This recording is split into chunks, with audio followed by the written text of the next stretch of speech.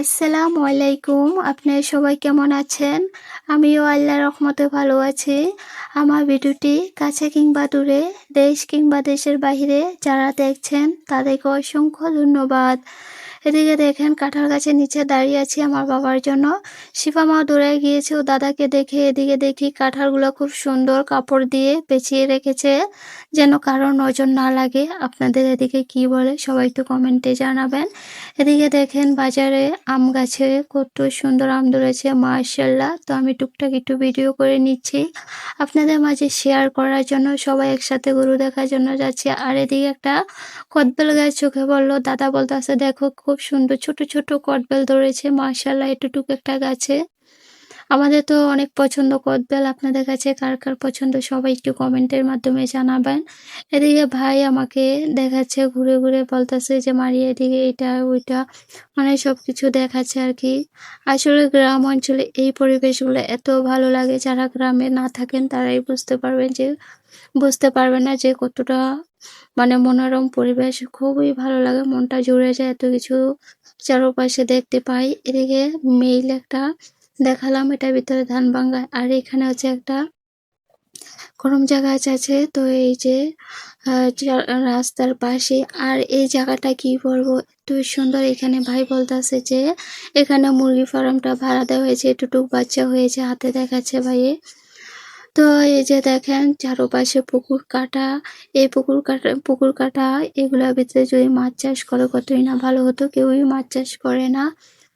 আর ওই যে দেখেন কলা গাছ সাইডে লাগানো আছে, এই পুকুরটাতে অনেকগুলা পাখি বসেছিল, আমাদের দেখে উড়াল দিয়েছে বক বলে। তো খুবই সুন্দর একটা দৃশ্য দেখতে পেলাম, তাই আপনাদের মাঝে ভিডিও করে নিলাম শেয়ার করার জন্য। আর একটা রাস্তায় এই যে পুকুরের সাইডে একটা চিকন রাস্তায় গিয়েছে, দেখেন দুইটা মেয়ে আসছে, খুব সুন্দর রাস্তাটা এত সুন্দর কি বলবো।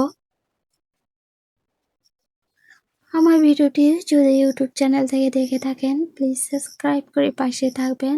আর পুরাতন আপু ভাইয়াদেরকে অসংখ্য ধন্যবাদ। আর এই যে একটা জমি দেখছেন এটাতে ধুন্দুল লাগানো হয়েছে, খুব সুন্দরভাবে টাল দিয়েছে। আর এই যে একটা খেরাপাড়া, আপনাদের এদিকে এটাকে কি বলে সবাই একটু কমেন্টে জানাবেন।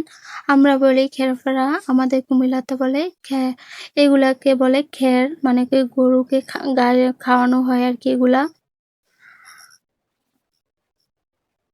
তো এই যে মানে রাস্তাগুলো এত সুন্দর কি বলো, রাস্তার চারপাশে পেয়ারা গাছ, আম গাছ, জাম গাছ লাগানো আছে।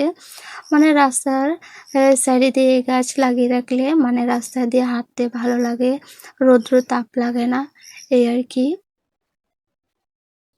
পেয়ারাগুলা দেখে খুবই লোভ লাগছে, লোভ লাগলে কি হবে মানুষের পেয়ারা।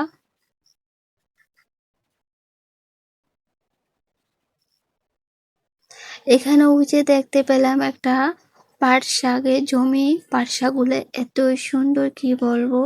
আর এখানে দেখেন ওই যে গাছ লাগানো হয়েছে, পলিথিন দিয়ে দিয়েছে যেন বৃষ্টিতে নষ্ট না হয়।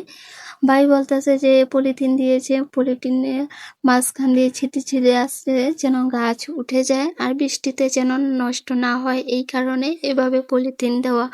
খুবই সুন্দর বুদ্ধি। আসলে সবজির এত পরিমাণে দাম, কি কি কিনে খাবে মানুষে বলার বাহিরে।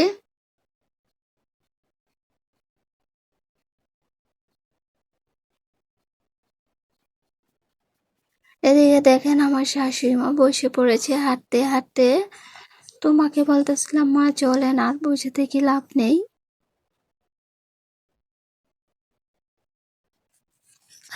আর এটা নাকি ঠাডা পড়ে এই অবস্থা হয়েছে, ভাই বলতেছে এটার উপর ঠাডা পড়েছে তার জন্য পাহাড় ভেঙে পুকুরে পড়ে গিয়েছে। দেখেন পুকুরটা খুব সুন্দর, আমার কাছে এত ভালো লাগতেছে পুকুরগুলা, চারপাশে পুকুরগুলা দেখেই মন জুড়ে যাচ্ছে। আর এখানে হচ্ছে একটা লিচুর বাগান আছে। আমরা চলে আসছি যে বাড়িতে গরু দেখবো ওই বাড়িতে, দেখেন ঘাস কিভাবে রেখেছে ওনারা। এই যে উনি গরুর মালিক, খুবই পরিশ্রম করে মাশাআল্লাহ, সবাই গরুগুলা দেখে মাশাআল্লাহ বলবেন। খুব সুন্দরভাবে খামারটা করেছে গরুর ওনারা।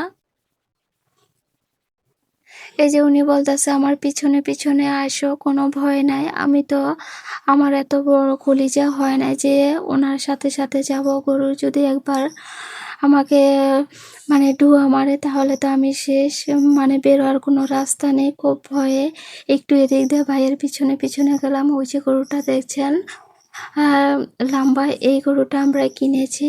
সবাই একটু কমেন্টে জানাবেন এই গরুটা কেমন হয়েছে।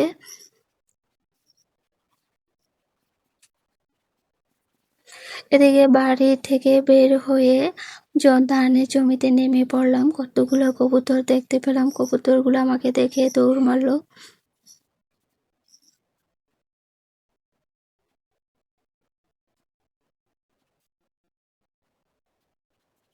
তো এই যে আমি বাড়িতে উঠে পড়লাম, ওনাদের ঘর এটা দেখেন।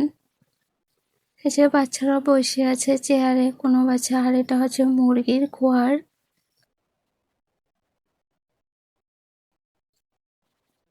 খুবই ওনারা পরিশ্রম করে সবাই, আসলে অনেক পরিশ্রম করে গরুগুলা বানিয়েছে ওনারা।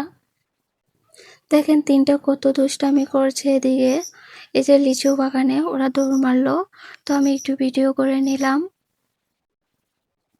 এটা হচ্ছে লিচুর বাগান, আর লেবু আছে, লেবু অনেকগুলো নষ্ট হয়ে আছে, কেউই খায় না গাছ থেকে পাইরা। তো কি বলবো, আমি মাকে দেখাচ্ছি ডাক দিয়ে যে মা দেখেন কতগুলা লেবু নষ্ট হয়ে আছে, পেকে আছে। মা বলতেছে এগুলো নাকি নষ্ট, তার জন্য এরকম। আজকের ব্লগ ভিডিওটি আপনাদের কাছে কেমন লেগেছে সবাই কমেন্টের মাধ্যমে জানাবেন। আজকের ভিডিও এই পর্যন্তই। আল্লাহ হাফিজ।